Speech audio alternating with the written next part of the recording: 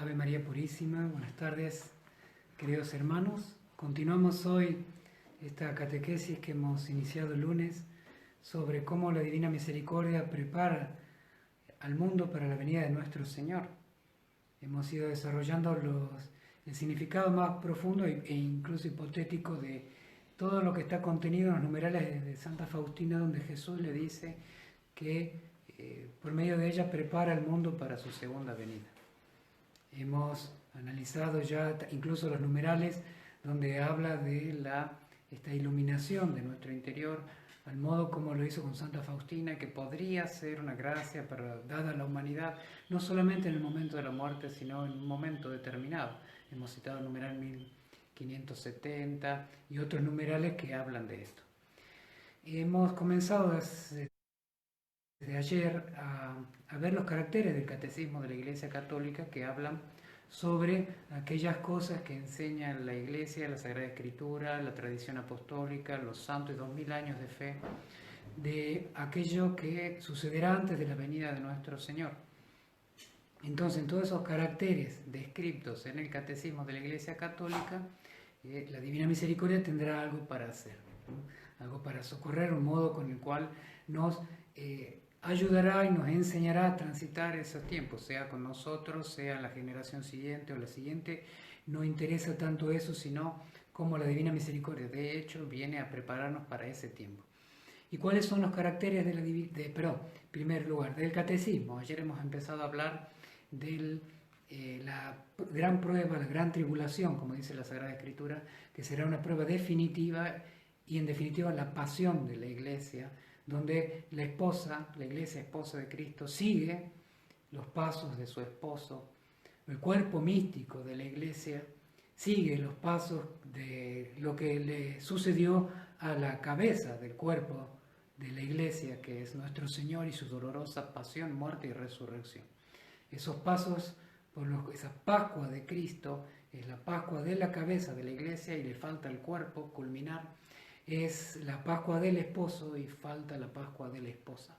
Ese es el sentido último y místico de estos tiempos. Por tanto, se sabe que hay un triunfo, sabe que el bien triunfa sobre el mal, el bien, el amor sobre el odio. Por tanto, todas estas cosas que describe el catecismo siempre están iluminadas con esta noción del amor que triunfa. Pero es necesaria esta Pascua.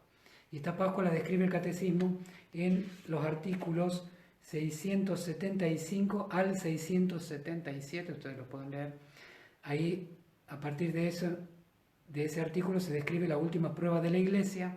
Y hoy vamos a ver exactamente lo que habla este numeral, este artículo del Catecismo, como la impostura religiosa. Dice así el Catecismo: la persecución que acompaña a su peregrinación sobre la tierra, está hablando el Catecismo de la Iglesia, está hablando justamente de la Iglesia, desvelará el misterio de iniquidad bajo la forma de una impostura religiosa. Qué figura misteriosa, pero tan presente en los Evangelios, en el Nuevo Testamento, en el Apocalipsis, en el libro del Apocalipsis, que si bien se habla y si uno busca puede encontrar buenas fuentes como para profundizar. A ustedes los invito a ver el catecismo, a ver algunos comentarios de buenas fuentes, de buenas páginas de internet, pero como de este tema no se habla, voy a hablar un poquito, sobre todo leyendo este libro que me está haciendo de mucha base. La Divina Misericordia prepara al mundo, porque justamente ante esta realidad tan fuerte y acuciante que emana del mismo diario de Santa Faustina, invita a los devotos a profundizar en esto, porque no solamente viene a hablarnos del principal atributo divino, sino que justamente hablándonos del principal atributo divino, que es su amor, su misericordia para con nosotros, nos va preparando para su venida. Eso es parte de la vocación de la Divina Misericordia. Por más que algunas veces no se habla, no se quiere hablar de esto, porque o se tiene miedo o justamente se desconoce la revelación. Es parte de la Sagrada Escritura, es parte del catecismo, es parte del diario de Santa Faustina, es parte de lo que vendrá en la Iglesia y el mundo. Entonces nosotros, es parte de nuestra fe. Entonces, bueno, todo esto es lo que se refiere a la impostura religiosa. Uno puede leer más cosas en buenas fuentes, en buenos comentarios de santos, de papas y imágenes y documentos. Bueno, hay cosas, buenos traductores de la Sagrada Escritura. Sin embargo, yo quiero hablar, además que voy a hablar de lo que significa la impostura religiosa, quiero hablar de cómo la Divina Misericordia, con sus distintos elementos, la confianza, las obras, la imagen, la fiesta, la coronilla, la hora de la misericordia y la difusión, son como salvavidas o son ayudas o son luz para esa situación. Porque es el modo con el que la Divina Misericordia prepara el mundo.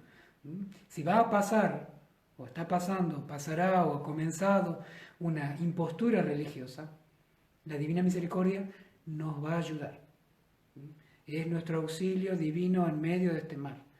Siempre y cuando queramos ser buenos devotos de la Divina Misericordia, porque también podemos utilizar la Divina Misericordia como una expresión de la impostura religiosa. Ojo con eso. Ahora explico un poco lo que significa la impostura religiosa y luego vemos cómo nos ayuda la Divina Misericordia.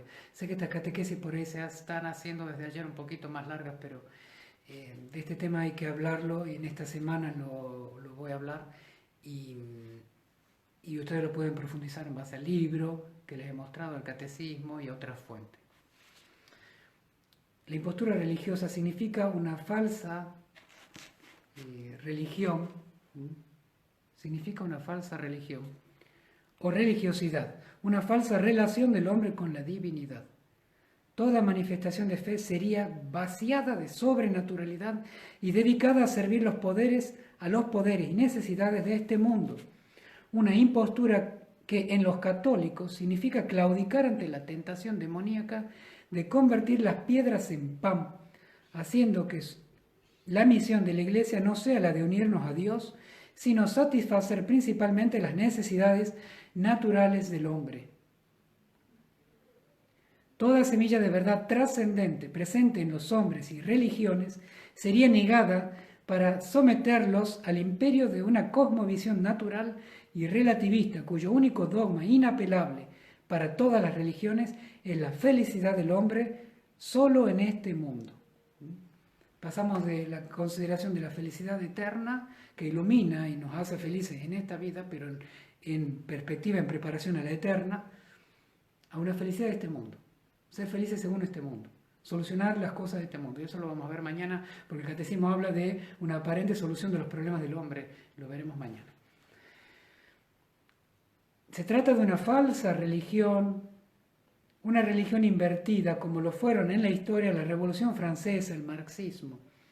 Una religión que absolutiza como divina solo la vida natural, poniendo al hombre en el centro de todo culto posible y liquidando cualquier aspecto sobrenatural revelado. Será el mundo de la inmanencia. Inmanencia significa que permanece en las cosas, no que se eleva sobre sí mismo hacia Dios, sino que permanece en lo material. Un mundo de la inmanencia crea una religión de la inmanencia, cuyo fin es solamente terrenal. El hombre se titula Dios y vivirá como si fuera la única deidad. Mire si no nos puede ya empezar a pasar cuando el hombre solamente se busca a sí mismo. Todos tenemos vocación hacia Dios y sin embargo nos buscamos a nosotros mismos, el centro de todas las cosas. Nos hemos convertido, así no nos llamemos, no hagamos estatus de nosotros mismos. Sin embargo, al poner toda la expectativa de esta vida en satisfacerme a mí mismo, en adorarme a mí mismo, me he convertido en Dios para mí. De eso se trata. El hombre se autotitulará Dios o vivirá como si fuera la única deidad. Satisfacer las necesidades y el gozo del hombre en esta tierra será el único fin de esta impostura, algo nunca experimentado en la historia de la Iglesia. La prueba final de la Iglesia, de la que hablamos ayer, podría ser la tentación de caer en esta impostura religiosa impuesta a nivel global, que se diluyera su misión de ser custodia y administradora de la verdadera fe dada por Jesucristo a sus apóstoles, el tesoro de la fe dado por Cristo a los apóstoles, la verdad que deben conservar, preservar, explicar, hacer crecer, desarrollar, pero nunca cambiar, el tesoro de la fe. Que se diluyera su misión de ser custodia y administradora de esta fe verdadera dada por Jesucristo, aún preservando toda apariencia conocida. Pese a una apariencia de catolicidad, si se traiciona ese depósito de la fe, de la verdad, Se cae en esa impostura. De algún modo ya la Revolución Francesa había elaborado una iglesia falsa que, separada de Roma, continuaba con su aparente ministerio por obispos, sacerdotes, cardenales, adheridos al error. El pueblo, los sacerdotes y obispos fieles pasaron al exilio, a la clandestinidad o al martirio. La iglesia fiel vivió oculta aquellos años. La iglesia oficial no. Justamente era la que era aplaudida, la que recibía dinero, aplauso, era la encomiada por la Revolución Francesa, o como veremos es también lo que sucede en China con la iglesia oficial y la iglesia que podemos decir fiel, que es martirial, que vive bajo la catacomba, que responde, digamos, a la Santa Sede, porque es la plenitud de la fe. Y la otra iglesia, la comunista oficial de China, tiene obispos, sacerdotes, tiene una vida litúrgica, pero es oficialista, no es la de Cristo. Bueno, entonces, en esta impostura religiosa que refiere el catecismo de la Iglesia Católica y que sería global, será predicada la paz, sería predicada la unidad, la fraternidad, el amor a la naturaleza, pero en sentido panteísta, sin Dios. En definitiva, una felicidad de este mundo. Fines buenos en sí mismos, pero que se hacen perversos al buscarlos sin Dios o desfigurando la imagen de un Dios que solo existe como garante de aquellos criterios. Será una especie de Dios con minúscula, no el Dios revelado, no el Dios judío cristiano. No se predicará la paz de Cristo, ni la unidad en la verdad de la fe, ni la creación de Dios, ni el amor de caridad que surge de Dios. Será un falso amor, no el amor del Evangelio. Será un amor entre los hombres, de filantropía, de una bondad natural, pero no el amor de caridad, no el amor del Evangelio, el que trajo Cristo, el que nos donó en la cruz. Los sacramentos serán vaciados de su verdadero significado y validez. La cruz perderá su sentido. Podría vivirse un falso ecumenismo, donde se asumieran elementos extraños a la fe, generando un relativismo de la verdad, y todo así a nivel global. Este es un poco un pequeño avance. Ustedes pueden ver mucho más en el libro, en internet, en buenas páginas, porque no todas páginas o hablan bien de esto, o deforman, sobre todo en cuestiones evangelistas, sectas o católicos poco formados, que hablan mal de este punto y que es muy importante porque está presente en el catecismo y toda la tradición de la Iglesia. Hoy no se habla, pero es una realidad. Y es algo que sucederá antes de la venida del Señor. ¿Cómo la Divina Misericordia nos ayuda ante esto? Bueno, hablamos, los elementos de la Divina Misericordia, los elementos esenciales que nos van a ayudar, son los elementos que nosotros conocemos. La confianza en Dios, la obra de misericordia, la imagen de Jesús misericordioso, la fiesta de la Divina Misericordia, la coronilla, la hora de la misericordia y la difusión de la Divina Misericordia. En definitiva, 7 elementos que son fundamentales para, aferrándonos a ellos, abrir los ojos y darnos cuenta y sortear esta situación que nos puede tocar a nosotros o no. La confianza en la Divina Misericordia, ¿cómo nos ayudará ante la impostura religiosa? En primer lugar, porque confiar en Cristo es confiar en la Iglesia. Es una unidad, es un matrimonio. Es el mismo cuerpo, el cuerpo de Cristo, el cuerpo místico de Cristo, el Cristo cabeza y el cuerpo de la Iglesia. Entonces supone una unidad total con la Iglesia, un amor total con la Iglesia fundada por Cristo. Entonces no hay acá oportunidad ni de rancho aparte, ni cosas así. Siempre preservar la fidelidad de Cristo. Siempre se trata de eso. Somos Iglesia y 2000 años de Iglesia siempre. Así sea un resto fiel, así seamos muy pocos, pero siempre Iglesia Católica, Apostólica, Romana. Supone ser fiel a Cristo y a la Iglesia fundada por Él, supone conocer y amar a la Iglesia como Él la quiso. Y hoy, para ser muy franco y en criollo, para la Iglesia que Él quiso, la Iglesia que Él quiere, es la que está presente en el magisterio de la Iglesia, en el catecismo de la Iglesia Católica. Ahí tenemos nuestra piedra sillar, podemos decir, el fundamento de lo que es verdad y para distinguir lo que es error en este mundo. Nada más que nos hemos desacostumbrado del catecismo y lo necesitamos. Vaya si lo necesitamos, lo necesitaremos y habrá quienes lo necesitarán, ¿sí? En las generaciones siguientes. Entonces, porque allí tendremos la paz. Ahí está toda la revelación, la enseñanza de Dios por medio de la Sagrada Escritura, por medio de la tradición apostólica, los 2000 años de la Iglesia, el magisterio de la Iglesia, de los santos padres. Entonces, ahí tendremos certeza absoluta para no, el que cree todo lo que está en el catecismo, tendrá la certeza de no caer en la impostura religiosa. Ese es el salvavidas. Entonces, confiar en Dios, como veníamos hablando en las catequesis sobre la fe, adherirse a Cristo, y significa adherirse a lo que enseñó Cristo, a lo que enseña Cristo. Y esto es, para nosotros, en criollo, el catecismo de la Iglesia Católica. Por favor, desempolvemos el catecismo, leámoslo un poquitito cada día, cada semana, que sea parte de nuestras reuniones de la misericordia, porque este es el modo de permanecer siempre fieles al Señor, a la Iglesia fundada por Cristo. Y lo eduquemos para las futuras generaciones, para cuando toque esto. Aquello, justamente, la confianza supone también la humildad. Los humildes son los más ayudados por Dios, son los que el Espíritu Santo hace abrir los ojos y decir, esto no es de Dios, esto no es de Cristo, esto no es de la Iglesia, esto no es católico.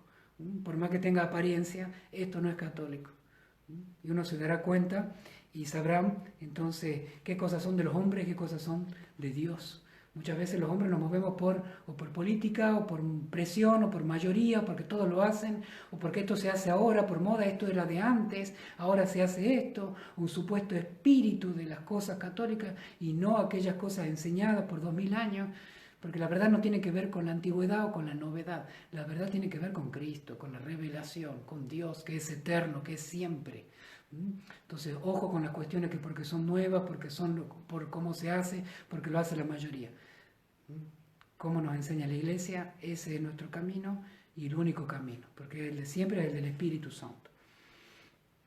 ¿Cómo nos ayudan las obras de misericordia? En primer lugar, porque la impostura religiosa se basará en una especie de asistencialismo, negando que uno pueda hacer obras buenas por amor de Cristo. Y esto es lo fundamental, porque en definitiva es Cristo, no Cristo.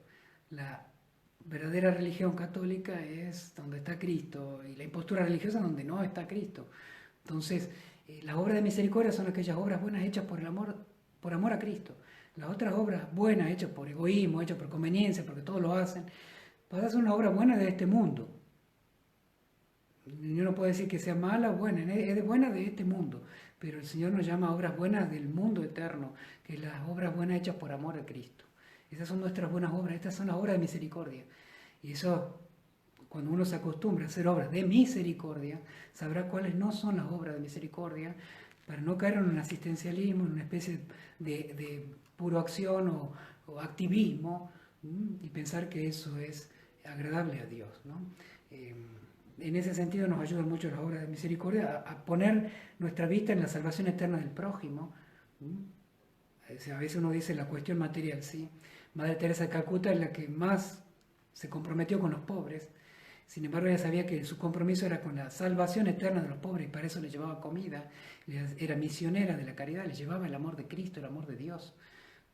Entonces, el compromiso con la salvación eterna de nuestros seres, de nuestros prójimos, es también una ayuda material, pero no se queda en lo material. Va a la salvación eterna y eso es lo importante, eso distingue unas obras buenas según este mundo y obras buenas según Dios. Y la Divina Misericordia nos pide obras buenas según Dios. La imagen de Jesús misericordioso, ¿cómo nos podrá ayudar en esta impostura religiosa? Primero porque nos trae lo esencial de la fe, Jesucristo. Jesucristo, Él es el Mesías, Él es el Redentor. ¿Y qué nos trae Él? Estos rayos de la misericordia. ¿Qué nos pide Él? La confianza en Él. Y los rayos de la misericordia son los sacramentos que brotan de su corazón. Entonces ahí nos está diciendo que nosotros tenemos que buscar los sacramentos. Los sacramentos es parte de nuestra salvación. Entonces, una iglesia sin sacramentos, sin vivir la profundidad de los sacramentos, tal como lo enseña el catecismo, sería un problema, una dificultad, nos apartaría de Cristo, ¿no? Entonces, también la imagen, al mostrarnos a Jesús con sus llagas, nos dice que el Señor reparó nuestros pecados, que somos pecadores, que nosotros le produjimos ese dolor. Entonces nosotros tenemos que convertirnos en nuestros pecados también para recibir el rayo celeste, la purificación de nuestros pecados. Somos pecadores y ese es nuestro peor mal. Y nuestro mayor bien es la gracia de su corazón. Porque a veces pensamos que nuestro peor mal hoy, en la cuarentena, es el encierro, o que es el virus, o el coronavirus, o que es la crisis económica. En primer lugar, nuestro peor mal es el pecado. En segundo lugar, lo que más necesitamos no es ni la farmacia, ni el médico, ni el banco. Es la gracia de Dios, su sacramento, ¿no? Por supuesto que, bueno, la vida sobrenatural en primer lugar, amar a Dios sobre todas las cosas. Las añadiduras vendrán. Por eso que después uno puede hacer las cosas de esta tierra bien, hacerlas bien, por supuesto, pero siempre con la prioridad en Dios. Bueno, la imagen, el devoto, el verdadero devoto de la imagen se dará cuenta, ¿no?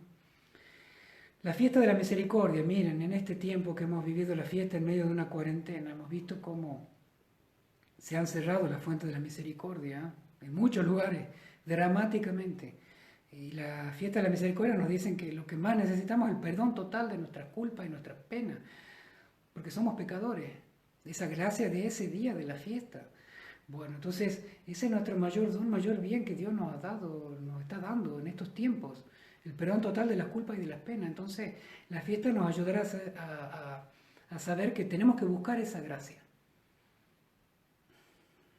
Si podemos buscarla, que podemos encontrarla y no quedarnos con eso, yo me quedo en casa y hago una contrición de corazón y hago una...